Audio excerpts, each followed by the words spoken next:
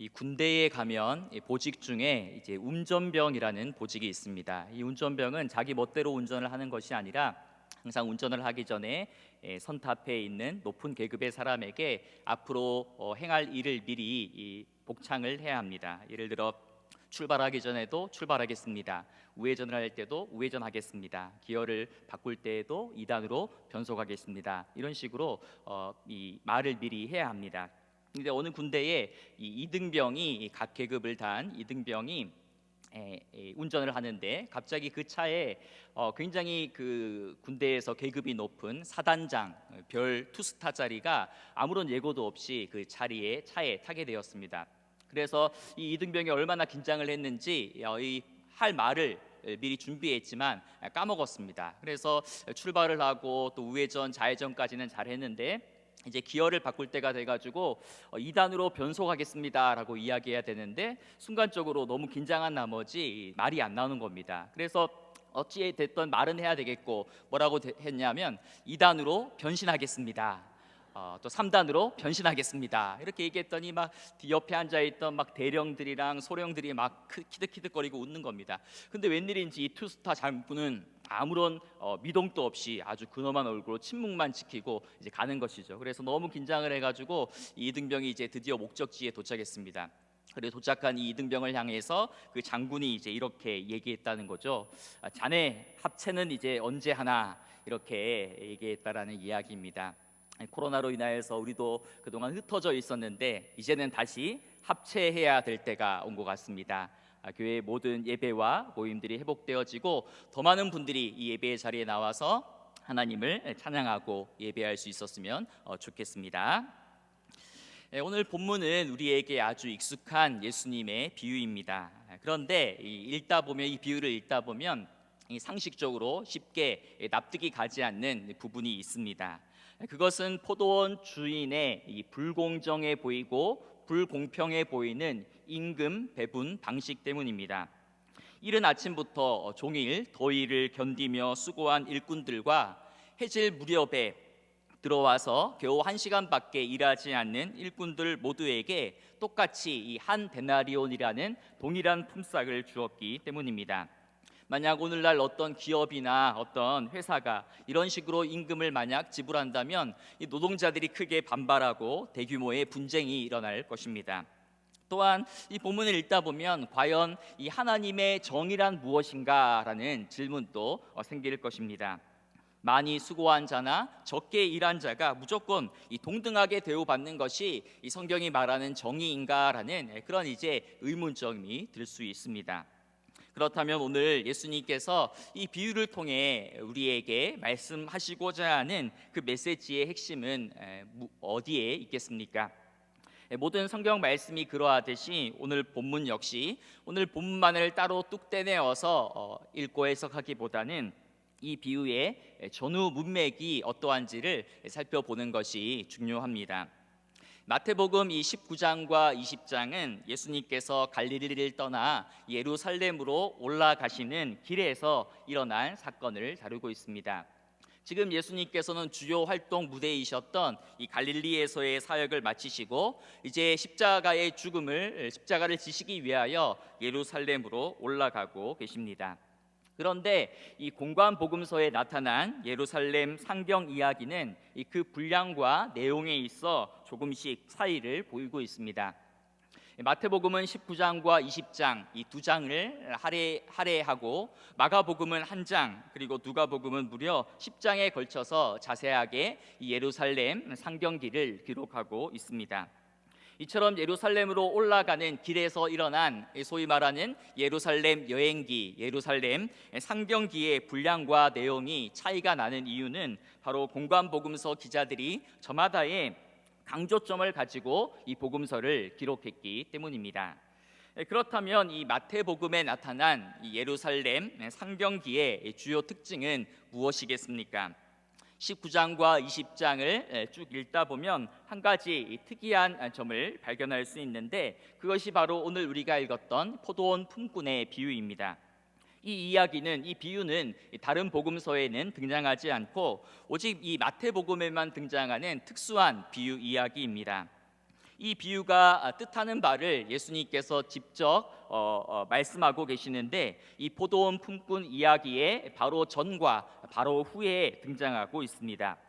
그래서 오늘 본문 바로 앞절인 19장 30절에 보면, 그러나 먼저 된 자로서 나중되고 나중된 자로서 먼저 될 자가 많으리라 라고 말씀하시고, 오늘 본문 마지막 20장 16절에 보면 이와 같이 나중된 자로서 먼저 되고 먼저 된 자로서 나중되리라 라고 말씀을 하고 계십니다.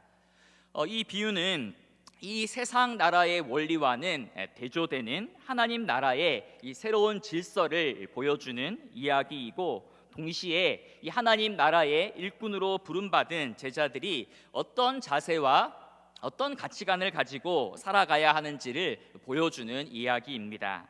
즉 마태복음 19장과 20장에 나타난 이 예루살렘 상벽이는 천국의 일꾼들로 부름받은 제자들이 이 세상 속에서 구체적으로 어떻게 살아가야 하는가의 이야기를 다루고 있는데, 그 정중앙에 즉 중심부에 자리 잡고 있는 이야기가 바로 포도원 품꾼의 비유이고, 이 비유를 둘러싸고 예수님의 교훈이 전후 대칭적인 구조로 펼쳐지고 있습니다.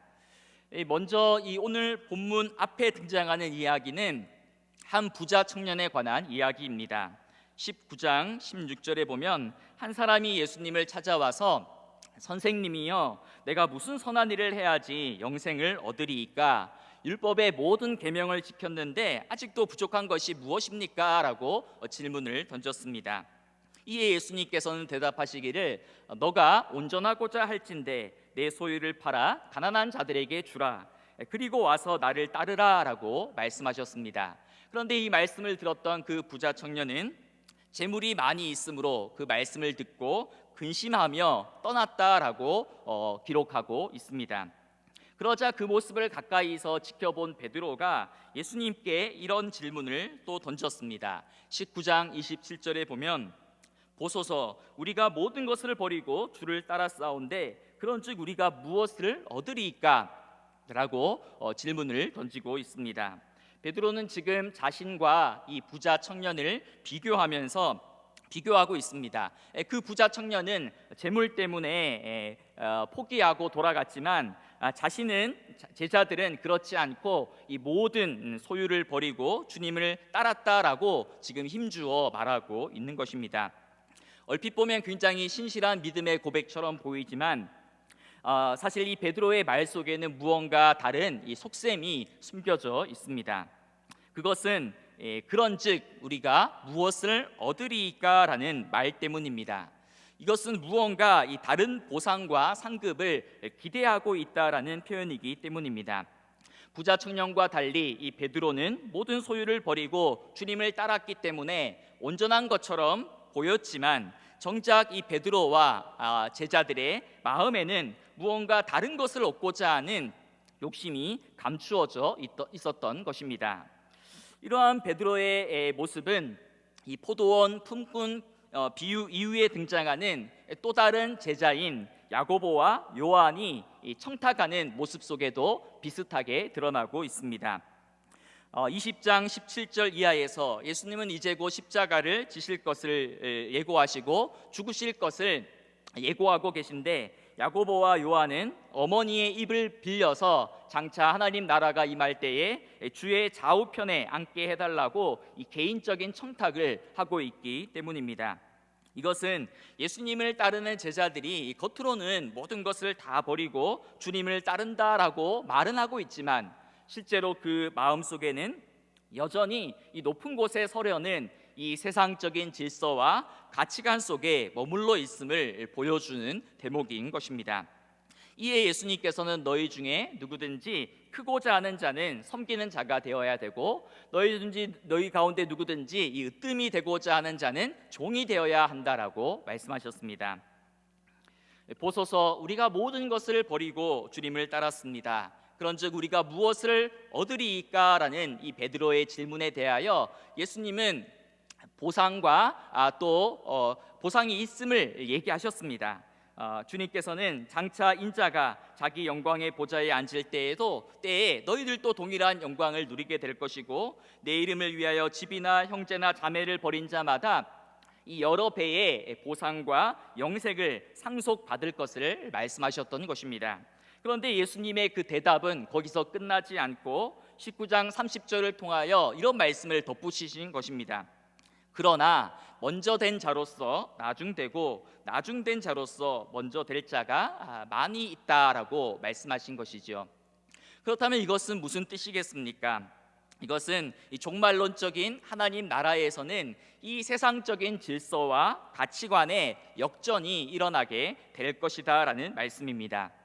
즉 하나님의 나라는 인간의 수고와 그 공로에 상응해서 현세에서 희생하고 수고한 분량만큼 보상이 주어지는 나라가 아니라 전적으로 하나님의 주권적인 은혜에 달려 있다는 것입니다. 제자들이 주님을 따르기 위하여 모든 것을 다 버렸다고 할지라도, 그리고 주님께서 그들에게 상급과 영생을 주신다라고 할지라도 그것은 제자들의 공로와 제자들의 수고의 대가로 주어지는 것이 아니라 어디까지나 주님의 주권적인 은혜의 선물이라는 것을 이야기해 주고 있는 것입니다. 따라서 어떤 보상을 얻기 위한 목적으로 섬기는 자는 나중될 수밖에 없다라는 것을 이야기해 주는 것입니다. 하나님의 나라, 천국, 영생이란 인간의 공로나 선행이 아닌 오직 은혜로만 주어지고 다른 사람들과의 비교나 경쟁의 방식을 통하여 혹은 다른 사람 위에 군림하는 방식을 통하여 이루어지는 것이 아니라 오히려 모든 사람의 종이 되는 낮아지는 방식으로, 그보다 더 중요한 것은 하나님의 풍성한 은혜와 자비와 사랑으로만 가능하다라는 것을 말해주고 있는 것입니다. 그리고 이 말씀 이후에 바로 오늘 본문 포도원 품꾼의 비유를 예로 들고 있는 것입니다. 오늘 본문 1절에 보면 천국은 마치 품꾼을 얻어 포도원에 들여보내려고 이른 아침에 나간 집주인과 같으니라고 말을 합니다. 한글 성경에는 없지만 원어 성경에는, 원문에는 맨 앞에 이제 왜냐하면이라는 접속사가 포함되어 있습니다. 이것은 바로 오늘 비유의 이야기가 19장 30절의 말씀, 먼저 된 자로서 나중되고 나중된 자로서 먼저 될 자가 많다라는 말씀에 대한 일종의 예로 이 비유가 주어지고 있다라는 것을 말해주고 있는 것입니다. 어느 포도원 주인이 이제 수확기를 맞이해서 포도원에서 일할 일꾼을 고용하기 위하여 이른 아침에 장터에 나갔습니다. 이른 아침이라는 것은 이 해가 뜨는 시간을 가리키는데 유대인의 개념으로는 이 하루가 시작되는 시간이고 오늘날의 개념으로 말하면 오전 6시에 해당됩니다. 포도원 주인은 이른 아침에 해가 뜨자마자 그 인력시장 장터에 나가서 당시에 이 하루 품삯에 해당되는 한 데나리온을 주기로 일꾼들과 계약을 체결하고 그들을 포도원으로 들여보냈습니다. 그런데 포도원에 일손이 많이 필요했는지 주인은 다시 제3시, 즉 우리나라 시간으로 오전 9시경에 다시 장터에 나가서 품꾼들을 불러 모았습니다. 4절에 보면 그들에게 이르되 너희도 포도원에 들어가라, 내가 너희에게 상당하게 주리라 라고 말씀하고 있습니다. 여기서 상당하게 준다라는 이야기는 정당한 방식으로 섭섭하지 않게 품삯을 주겠다라는 말입니다. 첫 번째 그룹의 품꾼들에게는 한 데나리온을 주겠다라고 약속을 품삯을 정했지만 두 번째 품꾼으로부터는 정확하게 품삯을 정하지 않고 다만 정당하게 대우하겠다라는 말로 그들을 포도원으로 데려온 것입니다. 그리고 이러한 방식으로 이 포도원 주인은 낮 12시와 또 오후 3시에도 일꾼들을 데려와서 포도원 안으로 들여다보냈습니다. 예수님 당시에 이 유대 나라는 로마 식민지의 통치와 지배 아래에 있었기 때문에 일반 대중들, 민중들은 가난하고 빈궁한 삶을 살 수밖에 없었습니다. 그래서 아마도 대부분의 사람들이 이 남의 땅을 빌려서 농사를 짓는 소장농이었을 것이고 지주에게 바쳐야 될 세금과 또 로마 제국에게 바쳐야 될 세금을 떼고 나면 열심히 농사를 지어도 정작 그 농부들에게 손에 남는 것은 아마도 거의 없었을 것입니다. 그리고 이 소작농에서 형편이 더 어려워지면 직접 땅을 가지고 농사도 짓지 못하는 상황, 즉 남의 땅에서 품꾼으로 하루 벌어서 하루 먹고 사는 일용직 노동자로 전락해서 살아갈 수밖에 없었습니다. 그런데 하루 벌어서 하루 먹고 사는 이 일용직마저도 없어서 일용직의 그 자리가 없어서 실업자들이 당시에도 많이 있었던 것 같습니다. 포도원 주인이 오후 5시가 되어 장터에 나가보니 아직도 장터에서 일거리를 찾지 못해 서성이고 있는 사람들이 눈에 보였기 때문입니다. 주인은 그들을 향하여 너희들은 어찌하여 종일토록 여기서 서서 놀고 있느냐라고 물으니 우리를 품꾼으로 쓰는 이가 없기 때문에 이러하고 이렇게 있습니다라고 대답했습니다. 이에 주인은 그들도 포도원으로 들여보내 일하도록 했습니다. 오후 6시가 하루 일과의 마감인데 오후 5시에 불려갔을 때에 아마도 그들은 일할 수 있다라는 것 자체로 인하여 감사하고 감격했을 것입니다. 아마도 그들은 최소한의 품삯을 예상했을 것입니다. 12시간을 일해야 하는데 1시간밖에 일하지 못했으니 한 데나리온의 12분의 1만 받아도 족하다라는 그러한 생각을 했을 것입니다. 왜냐하면 그것이 정당해 보이고 합리적인 대가였기 때문입니다. 그런데 이제 오후 6시가 되어서 하루 일과가 끝나고 주인은 청지기를 불러 품꾼들에게 일당을 지불했습니다. 상식적으로 생각해 보면 가장 먼저 온 일꾼에게 임금을 지불할 것 같은데 이 청지기는 제일 마지막에 제일 늦게 온 사람부터 임금을 지불해 주었습니다. 오후 5시에 부름을 받은 일꾼은 가장 적은 액수의 그 임금을 받을 것을 예상했는데 놀랍게도 그에게 한 데나리온을 주었습니다. 즉 하루 종일 일해야만 받을 수 있는 분량의 임금을 제공해 준 것입니다. 그러자 그 모습을 뒤에서 혹은 옆에서 지켜보았을 이른 아침에 가장 먼저 포도원에 들어와서 일했던 일꾼들은 내심 흥분하며 기대했을 것입니다. 원래 이 주인과의 계약은 한 데나리온이었지만 마지막 사람이 1시간을 일하고서도 한 데나리온을 받았으니 상식적으로 생각해 보면 또 논리적으로 또 공평적인 측면에서 생각해 보아도 자기들은 아마 12배를 더 받을 것이다. 12데나리온을 주지 않는다 할지라도 1데나리온보다는 더 많은 것을 받을 것을 기대했던 것입니다. 하지만 막상 자신의 차례가 되었을 때에 청지기는 그들에게도 똑같이 한 데나리온만을 주었습니다. 그러자 그들은 주인을 찾아가 불평하며 원망하는 말을 내뱉었습니다. 마지막에 와서 1시간밖에 일하지 않은 저 사람들을 온종일 태양볕 아래서 수고한 우리들과 똑같이 대우하는 것이 정의로운 일입니까? 옳습니까? 라고 불평을 연신 내뱉었던 것입니다. 이 불평은 마치 누가복음 15장에 나오는 탕자의 비유에서 잃어버린 둘째 아들이 돌아오자 아버지가 그 둘째 아들을 지극히 환대하는 모습을 지켜보던 첫째 아들이 불평을 내뱉는 모습과도 비슷해 보입니다. 이에 포도원 주인은 오늘 본문 13절 이하를 통하여 이렇게 대답했습니다. 친구여, 내가 내게 잘못한 것이 없노라. 내가 나와 한 데나리온의 약속을 하지 않았느냐?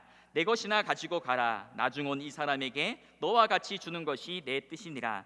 내 것을 가지고 내 뜻대로 할 것이 아니냐? 내가 선함으로 내가 악하게 보느냐? 여기서 주인은 그 품꾼의 잘못된 생각을 교정해 주고 있습니다. 이른 아침에 한 데나리온을 주기로 약속하고 계약한 것을 생각해 보라는 것입니다. 따라서 정의로운 관점에서 본다면 전혀 주인이 잘못한 것이 없다는 것입니다. 나와 너와의 계약에는 아무런 문제가 없고 1시간밖에 일하지 않은 품꾼들에게 한 데나리온을 준 것은 주인의 고난에 속한 일이라는 것입니다. 포도원 주인은 일자리가 없어서 굶게 될 사람과 그의 가족들의 생계를 염려해서 그들을 사랑하고 긍휼히 여기는 마음으로 은혜를 베풀었는데 그 은혜로운 행위를 가리켜서 악하다라고 해서는 안 된다라는 것입니다. 남의 것을 빼앗은 것이 아니라 내가 나의 것을 가지고 선한 일을 행했는데 그것을 가지고 불평하는 것은 잘못된 일이라는 것입니다. 그리고 결론적으로 오늘 본문 16절을 통해 이렇게 말씀해 주고 계십니다.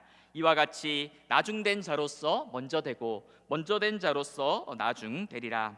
이것은 하나님의 뜻과 주권과 은혜 안에서는 나중된 자가 먼저 되기도 하고 먼저 된 자가 나중되기도 한다라는 것입니다.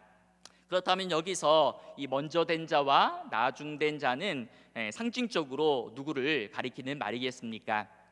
흔히 학자들은 이 비유에서 먼저 부름받은 사람들, 즉 먼저 된 자들은 이 바리새인들이나 사두개인들, 율법주의자들이라고 말합니다. 그리고 나중에 부름받았던 자들은 죄인들이나 이 세리들을 가리킨다라고 이야기합니다. 우리가 익히 아는 대로 당시 이 바리새인들은 자신들의 종교적인 업적과 성취에 만족한 채 율법을 어기는 죄인들과 세리들을 업신여기고 정죄했습니다. 바리새인들은 모세오경에 나오는 613가지나 되는 계명들을 문자적으로 잘 지키는 것을 통하여 하나님 나라에 들어갈 수 있고 영생을 얻을 수 있다라고 생각했습니다. 이에 예수님께서는 그러한 이 바리새인들의 공로주의와 업적주의를 비판하면서 이 하나님 나라와 영생, 천국은 하나님의 은혜로 값없이 주어지는 것임을 제자들에게 교훈해 주고 있는 것입니다. 그리고 혹시 너희 제자들의 마음 가운데도 공로와 선행과 행함을 자랑하려는 욕구가 싹틀 때마다 나중된 자로서 먼저 되고 먼저 된 자로서 나중 될 것이다 라는 이 교훈을 기억하며 날마다 겸손하게 은혜에 대한 감격으로 나를 쫓으라 라는 말씀을 하고 계신 것입니다. 또한 이 마태 교회, 마태 공동체의 정황을 생각해 본다면 그 안에는 이 유대 그리스도인들과 이방인 그리스도인들 사이에 갈등이 존재했던 것 같습니다. 마태 교회를 이루는 주축은 유대계 그리스도인들이었는데 그들의 생각에는 자신들이 먼저 선택된 민족이고 먼저 예수를 믿고 또 좀 더 오래된 신앙의 전통을 가지고 있었기 때문에 자기들에게 특권과 주도권이 있다라는 우월감에 빠져 있었을 것입니다. 그런데 뒤늦게 들어온 이방인 그리스도인들이 교회에서 더 높은 자리를 차지하고 더 높은 직분을 가지고 영향력을 행사하니까 그것을 보고 질투하고 시기하는 그러한 갈등이 있었던 것 같습니다. 이에 그러한 교회 안에 어떠한 교권주의나 또 계급의식을 비판하기 위한 의도로 하나님 나라에서는 먼저 된 자가 나중될 수도 있고 나중된 자가 먼저 될 수도 있다라고 말씀하신 것입니다. 사랑하는 여러분, 여러분은 스스로 몇 시에 부름받은 일꾼이라고 생각하십니까? 오전 6시입니까? 아니면 낮 12시입니까? 아니면 오후 3시입니까? 아니면 오후 5시입니까? 사실은 우리가 언제 부름받았느냐, 언제 예수를 믿었느냐 하는 것은 그리 중요하지 않습니다. 중요한 것은 내가 얼마나 믿었는가가 아니라 지금 내가 하나님의 포도원에 머물러 있다라는 것이며 지금 내가 하나님 나라의 일꾼으로 쓰임받고 있다라는 그 사실 자체입니다. 일찍 하나님의 부름을 받은 일꾼들, 성도들은 더 오랜 시간 동안 주님의 포도원에 머물 수 있음에 감사해야 할 것이고 또한 뒤늦게 부름받은 성도들은 더 늦기 전에 이제라도 불러주신 하나님의 은혜에 대한 감사와 감격으로 일해야 하는 것입니다. 사실 우리가 주님의 부름을 받은 것은 절대 우리의 수고나 노력이나 공로와는 아무런 상관이 없습니다. 우리는 오직 하나님의 절대적인 주권과 은혜 속에서 하나님의 놀라운 사랑과 자비와 긍휼에 힘입어 조건 없이 부름을 받은 것입니다. 우리 모두는 은혜로 부름받은 자들임에도 불구하고 우리는 자꾸만 어떤 공로주의에 사로잡혀서 나와 타인을 자꾸만 비교해서 우월을 가리려는 세상적인 가치관과 질서에 사로잡혀 살아갈 때가 많이 있습니다. 마치 베드로가 우리가 모든 것을 버리고 주를 따라 싸우니 그런즉 우리가 무엇을 얻으리이까 라고 말했던 것처럼 우리 안에는 내가 그동안 버리고 포기한 것들에 대한 일종의 공로주의가 여전히 살아있고 또한 앞으로 무엇을 얻을까에 대한 보상 심리로 우리 마음이 차 있을 때가 많습니다. 그리고 이러한 공로주의와 보상적인 심리는 그 세베대의 아들 야고보와 요한이 남들보다 더 높은 자리를 차지하려고 했던 세상적인 욕망과도 연결되어 있는 것입니다.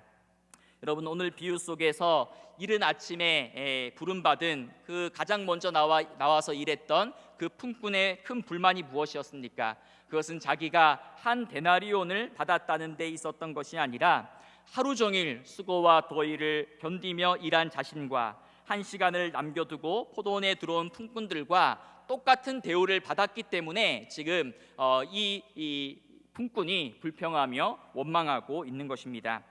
만약 누군가가 일할 곳이 없어서 방황하다가 일자리를 얻고 하루치의 품삯을 은혜로 받았다면 함께 기뻐하고 함께 즐거워해야 할 텐데, 이른 아침에 부름받은 일꾼은 악한 눈을 가지고, 즉 시기하는 눈을 가지고 늦게 들어온 품꾼들을 바라보았기에 불평과 원망이 생겨나게 된 것입니다. 비교라는 단어로 어떤 사람이 이런 이행시를 지었다라고 합니다. 비참해지거나 교만해지거나. 누군가와 나를 비교하면 둘 중에 하나라는 것이죠. 비참해지거나 혹은 교만해진다라는 것입니다. 사랑하는 여러분, 오늘 우리는 우리가 살아가는 이 세상은 모든 것을 능력과 어떤 성과와 실적과 생산성을 잣대로 모든 것을 판가름하고 또 오직 1등만이 살아남는 그러한 승자 독식의 사회를 살아가고 있습니다. 하지만 하나님의 나라는 뒷줄에 앉은 자들이 앞줄로 오고 앞줄에 앉은 자들이 뒷줄로 가는 세계, 나중된 자들이 먼저 되고 먼저 된 자들이 나중되는 역설적인 세계입니다. 그것은 이 세상 질서와 하나님 나라의 질서가 근본적으로 다르기 때문이다라는 것입니다. 이 세상은 철저히 인간의 어떤 공로나 노력이나 보상과 어떤 인간의 욕심의 기초에 있지만, 하나님의 나라는 무조건적인 은혜와 자비로운 은총에, 하나님의 그 자비로운 은총에 기초에 있는 나라가 하나님 나라이기 때문입니다. 여러분, 교회는 무엇입니까? 교회는 하나님 나라를 보여주고 하나님 나라의 질서를 세상 속에서 드러내는 공동체가 되어야 합니다. 교회는 세상 질서에 편승해서 어떻게 1등이 되고 어떻게 승자가 되고 어떻게 높은 고지를 점령할 수 있는가를 가르치는 곳이 아니라 이 무한 경쟁과 약육강식과 적자 생존의 논리대로만 움직이는 이 세상 질서, 이 자본주의 세상에서 뒤처진 이들, 넘어진 이들, 소외된 이들, 상처받은 이들을 품어주고 그들에게 하나님 나라의 역설적인 은혜를 보여주는 공동체가 되어야 하는 것입니다.